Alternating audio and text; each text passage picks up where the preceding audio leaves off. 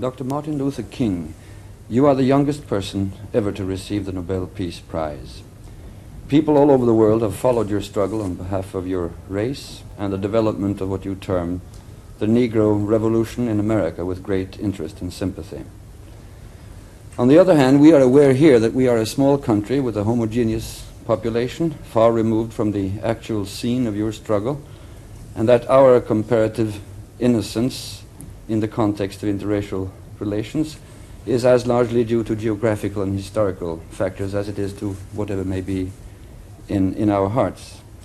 And yet, far removed as we may be, your struggle has become most meaningful to us. You stated a few days ago in London, sir, that segregation in the United States is on its deathbed. Is it going to be a long death struggle? Well, I certainly hope not, and I really don't think so. I think I can be safe in saying that legal segregation is almost completely gone now in American society as a result of a number of things. The Supreme Court's decision outlawing segregation in the public schools in 1954 and the recently passed Civil Rights Bill. And of course, all of the public opinion and conscience of the nation mobilized to bring about these particular enactments. So that I think we can say that legal segregation is about gone. Now, it is true that we still have a sort of de facto segregation which exists in more subtle forms, but as far as a system sanctioned by the vast majority of American people, I'm very happy to say that this is about over now. Yes. You have spoken about the American Negro being particularly vulnerable to the effects of manpower redundancy as a result of automation and modern production methods. What is the situation now, and what are you doing to counteract that particular problem? Yes, well, it is quite true that as a result of automation, which can be a good development in a society, and certainly can be and must be a blessing for our society. But the fact is that for the Negro, it is so often a curse. The Negro has been often limited to unskilled and semi-skilled labor because of a lack of educational opportunities, because of discrimination in employment, because of discrimination in apprenticeship training. Now, these are the very jobs that are passing away, the unskilled and semi-skilled jobs. And it means that the Negro faces a double blow: outright discrimination on the one hand, and the blow that comes as a result of automation on the other, which is touching the whole society. Now, this is one of the factors, along with several others, contributing to the hard core of poverty that we are finding in many of the larger communities and some sections of our country. Now, it means that the civil rights movement will have to place a great deal of emphasis in the years to come and in the months ahead on grappling with this economic problem. We must identify absolutely with the program to get rid of poverty. And we are going all out to deal with this problem of employment discrimination and to try to build a climate in the nation through political action so that there will be fair employment as well as full employment for all people. And by that I mean I don't want to see a white person unemployed any more than I want to see a Negro unemployed.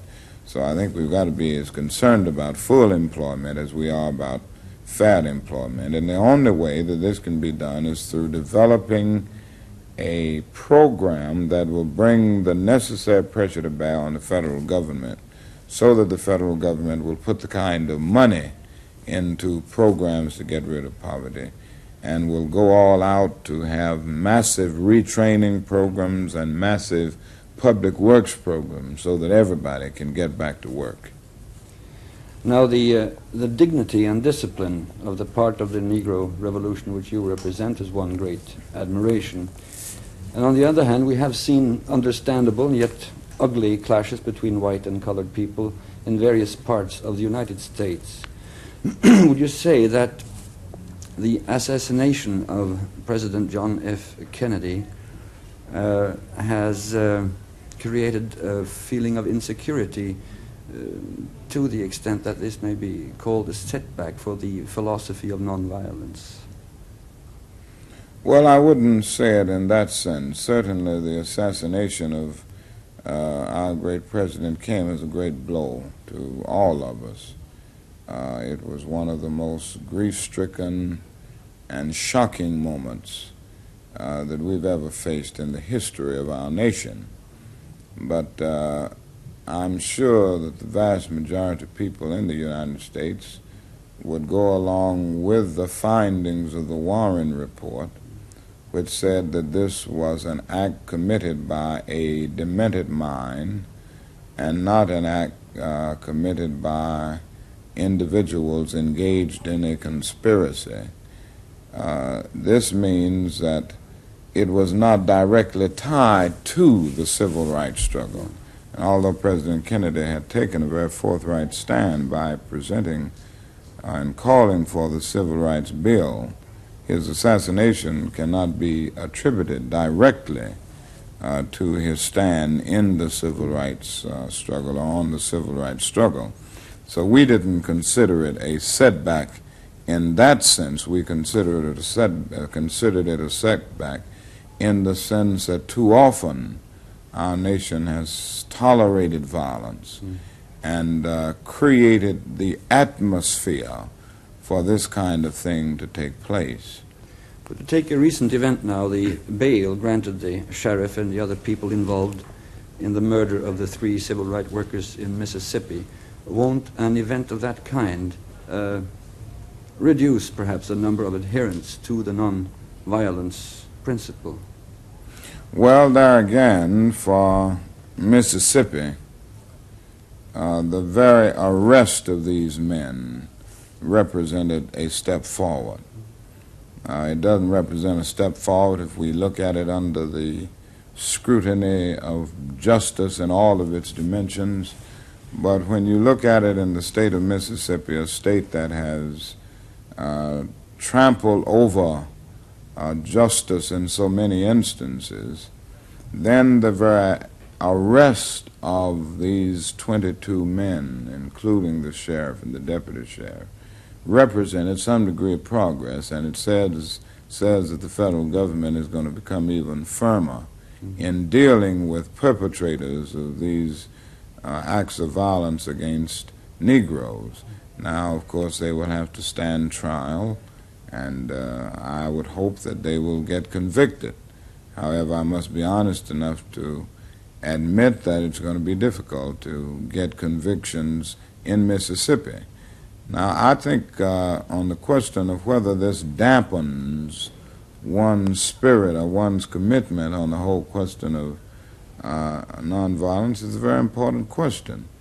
I would be the first to admit that we keep people committed to nonviolence even as a technique more when they can see a climate of justice emerging, and the more they see justice receding in the background and the forces of evil triumphing and the forces of goodwill facing retrogression, then the more people doubt nonviolence. But I think we have enough strides on the other side, and in the other states we're making enough progress to keep Negroes by and large committed to nonviolence. And I think as we continue to make these strides, as I believe we will, then I believe we will be able to continue to keep a nonviolent movement alive and keep Negroes committed to this method of struggle. You definitely feel then that that method is very strongly that the Negroes in general are strongly in favor of it, that it is not losing ground in any way now? Oh, not at all. I don't think it's losing ground at all. I think, on the contrary, it has gained ground and continues to gain ground every day. I think Negroes, by and large, are absolutely convinced that nonviolence is the best practical method. I don't want to give you the impression that 22 million Negroes in the United States feel that nonviolence is their way of life, that they believe in it as a creed. But at least they are pragmatic nonviolent adherents in the sense that they see it as the best strategy, the best technique, or the best practical method. And I think that it will continue to gain ground if we can continue to make progress. Even when we've had riots in some of the northern communities as we had last summer, that represented a very small segment of the Negro population. If you turn to Harlem, for instance, where you have almost 300,000 Negroes living, never more than 1,200 participated in the riots, which meant that they represented a very small minority in the Negro community. Now, during a visit to Louisiana, when you had the school integration troubles down there, I was, as a European, rather amazed to find a rather large number of white people, Southern people, who were willing to stick their necks out and in active engagement for the cause of civil rights. Now, here in this country, we don't hear too much about what is being done by the white community. Would you like to say a few words about that? Yes, I think you're quite right that there are many more white persons of goodwill in the South, in the southern part of the United States, I should say, than we are able to see on the surface in many instances. Many of these people are silent too often, but they are silent because of fear of political, social, and economic reprisals. But I think one of the things that we see developing now is the fact that more and more the moderates of the white South are willing to come out and take a stand. It was very interesting to see the number of white persons of goodwill in the South who came out and said we must keep our schools open when the governors of states were threatening to close the schools. They were saying in substance that this cannot be and we are not going to stand for it. And I'm sure that reasonableness came into several of the southern states on the whole question of school integration because there were white moderates who had the courage to stand up. And I suspect that this number continues to grow. Now, of course, there are still many white segregationists in the South, and I don't want to give a false impression here. The truth is that there are still all too many who believe in segregation. But on the other side, we find a growing number of white moderates who have come to see that segregation is not only against the law of the land, but that segregation is morally wrong. To leave the American scene for a moment, I would like to ask to what extent there is a connection between the Negro Revolution in America and the rise of the new African states. Do you have any working connection with the new African states? Well, up to now, we haven't had a very close working relation. It has been mainly an inspirational connection. The Negro in America has been tremendously inspired by the independence struggle in Africa and by the accomplishments. And I'm sure that this struggle has given the Negro in the United States a new sense of dignity and a new sense of self-respect. We have constantly kept in touch with African leaders.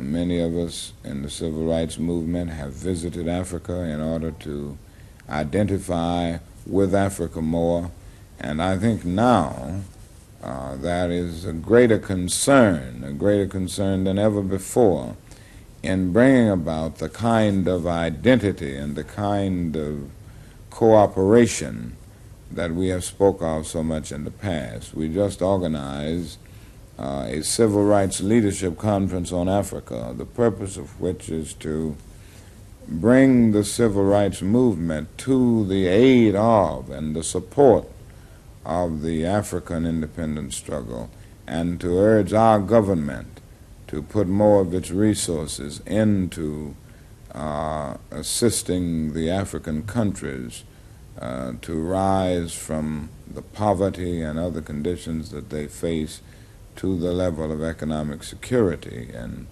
cultural and all of the other ongoing things that are necessary to make for well-developed nations.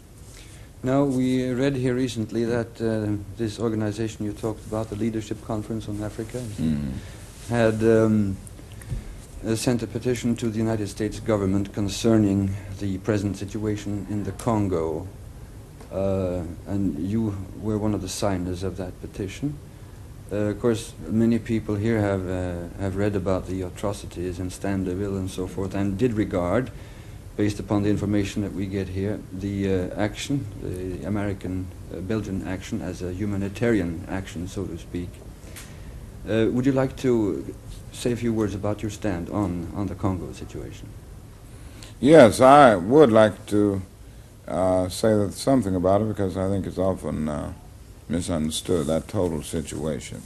I think first it is necessary to give a little background here, and that is that the problem in the Congo today is a problem that did not come into being out of thin air, but it came into being as a result of certain conditions that have existed a long time.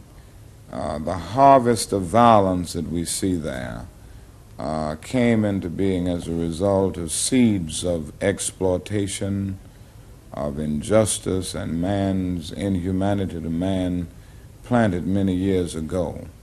The fact is that the Belgians went into the Congo and stayed there many years, and when independence came, there were only 17 Congolese who had finished college.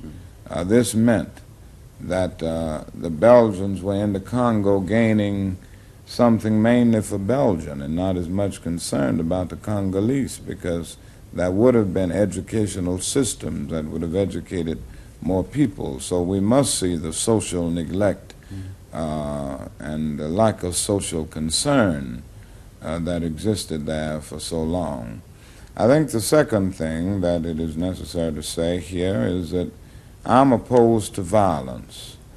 I have taken a stand against it in our own situation, but on a world scale and in other countries. And to see people murdered is something that distresses me a great deal. And I'm afraid that too many of the newspapers and others have reported only the fact that white persons have been killed in the Congo. They never report enough about the many black men and women and children who are being killed and who outnumber the number of white persons being killed. I'm against violence and the murder of people, whether they be white or black, so that I'm opposed to what is happening in the Congo to all of God's children. And I think it's very important to bring out that second point. Now, the third point that is necessary to see is that this is basically a civil war, and I think it is necessary now to bring about a withdrawal of all of the troops, of the mercenaries, and all of the foreign troops, and grapple with this problem through negotiation. And I think the best channel of negotiation would be the Organization of African States under the guidance of the United Nations. I don't see the problem being solved through militarism. I don't see it being solved through violence. I think the solution to the problem in the Congo will be through negotiation. And the best way to negotiate will be through the Organization of African States under the guidance of the United Nations. Now, in London recently, you spoke very strongly in favor of economic sanctions by the United States and other countries against the government of South Africa, something which has been discussed a great deal here in Norway also. And you accused Great Britain and the United States of being guilty of supporting tyranny in South Africa. Now, is there any unified U.S. Negro action on South Africa? Are you actively engaged there? Are you trying, for instance, to create a feeling amongst the people there that the method of nonviolence might be employed on a full scale there?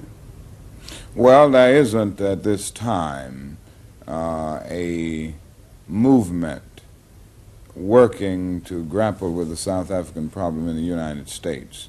There is an American Committee on Africa which is concerned about the whole of Africa and has given some support to basic developments all over Africa for good. And of course, we have other concerned organizations. But as far as a movement that is being set up and mobilized for this basic purpose, I must say that it isn't alive yet. But there is a growing concern about South Africa, and I think a growing awareness on the part of many people in the United States that the problem in South Africa will never be solved until there is an international movement that works through nonviolent means to change the situation. I do not see the solution to the problem in South Africa in the realm of violence. I think it would be both impractical and illogical for the Africans in South Africa to turn to violence. It would be used as an excuse by the government to slaughter thousands and maybe millions of people. The fact is that the Africans do not have the weapons, they don't have the instruments or the techniques of violence to follow that course.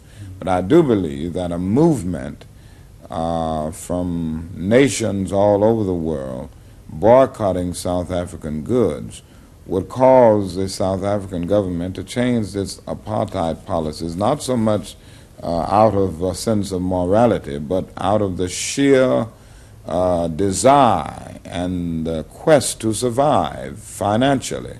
It would bring about the kind of pressure on the government that would make for change. And I think the United States has within itself and in its resources the power to do this, as well as Great Britain and the other countries of the world.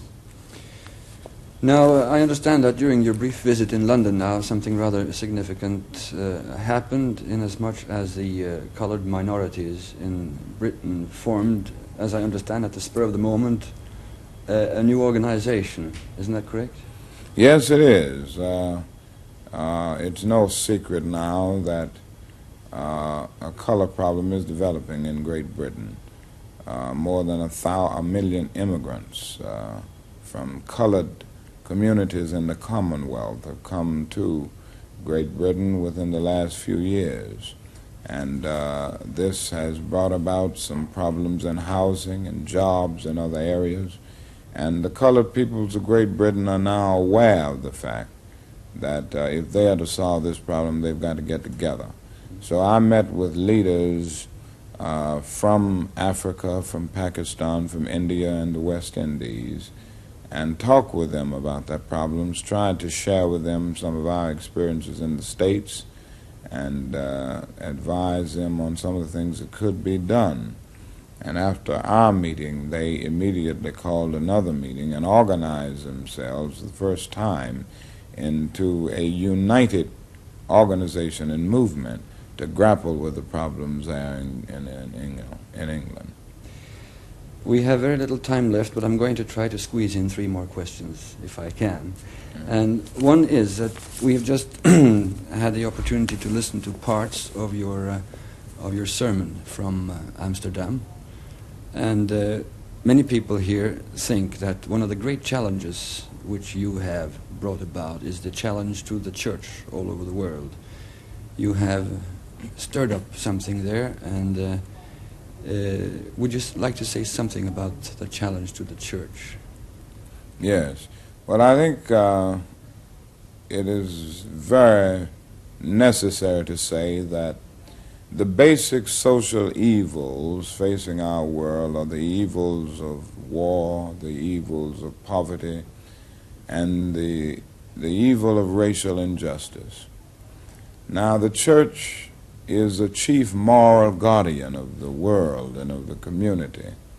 Consequently, these issues, which are basic moral issues, must be dealt with by the church.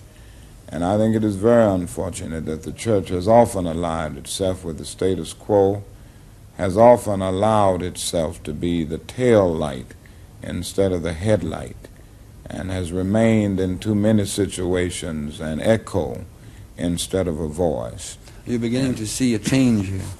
Yes, I am beginning to see a change. I think we're seeing it, I know, in the United States, and I think we're seeing it throughout the Christian community and throughout other religious communities. There is a feeling now that the church hadn't been relevant enough. We see it in the whole ecumenical spirit with the coming together of Protestants and Catholics in the Christian community more than ever before. And many other things are stirring and taking place which tell me that the church is coming to terms with its own conscience and seeking to make the gospel relevant in this day and in this age. One personal question. We have used the term Negro Revolution, and that makes you a revolutionary. Now, what pressure, what strain has it meant for your wife and your children to have a husband and father who is a revolutionary, ending up in jail, being in danger of his life very often? Well, it has been difficult. There has been a great deal of personal strain brought in our family as a result of this. We live every day under a great deal of tension and under the threat of death because there are still those individuals who desperately oppose us and what we're trying to do, and there's still the lunatic fringe and the extreme rightists who will do almost anything to block our advance. But somehow we have been consoled by the fact that we are engaged in a movement which is right and which is seeking to make for a better society for everybody. Fortunately, my wife shares this conviction. She is as much committed or more than I am. And this is the thing that has helped me more than anything else, to have a wife who understands, who's committed to this movement, because I'm sure that if I didn't have this kind of wife, every time I had to go to jail, there would be complaints. Every time I had to be away from home in a movement, there would be complaints. But she's always encouraging me, knowing that this is a righteous cause. And finally, we believe that unmerited suffering is redemptive, so that even though we suffer and have to suffer in this movement, we feel that in some way, even though we can't see it right now, it is contributing to the redemption of our society. One last question. I'd like to end this conversation simply by pointing out this, that in all that you have written and done, there's always been a very marked expression of loyalty to the United States, and you have used the expression yourself, the American dream. There are people who might be a little amazed at that, thinking of the suffering that your people have gone through. Would you say a few words about that loyalty and that faith? Yes, well, I certainly have a loyalty to the United States. It's my home, it's my country, and I love it as my country, even though there's many things in it that I don't love. But I think love has the capacity to try to rectify all of the things that stand against love, and you do it in love. I think America has marvelous possibilities to lead mankind to high and noble heights. I say that because probably more than any nation on the face of the earth, America has more racial groups and more various nationalities living together. And if America can solve its problem, it tells us that the world can solve it, because America is the world in miniature, and the world is America writ large. And this is why I'm always saying to America that we must solve this problem, and we must somehow become the conscience of the world, because God has given us a unique opportunity to make brotherhood a reality, because we have all people from all of the lands of the world in America. And I think the creed of our democracy, expressed in the Constitution and the Declaration of Independence, is so noble that if we ever decide to live it out, we will make for a great and noble society where every man will respect the dignity and worth of human personality. Thank you, Dr. King, and we wish you the best of luck. Thank you.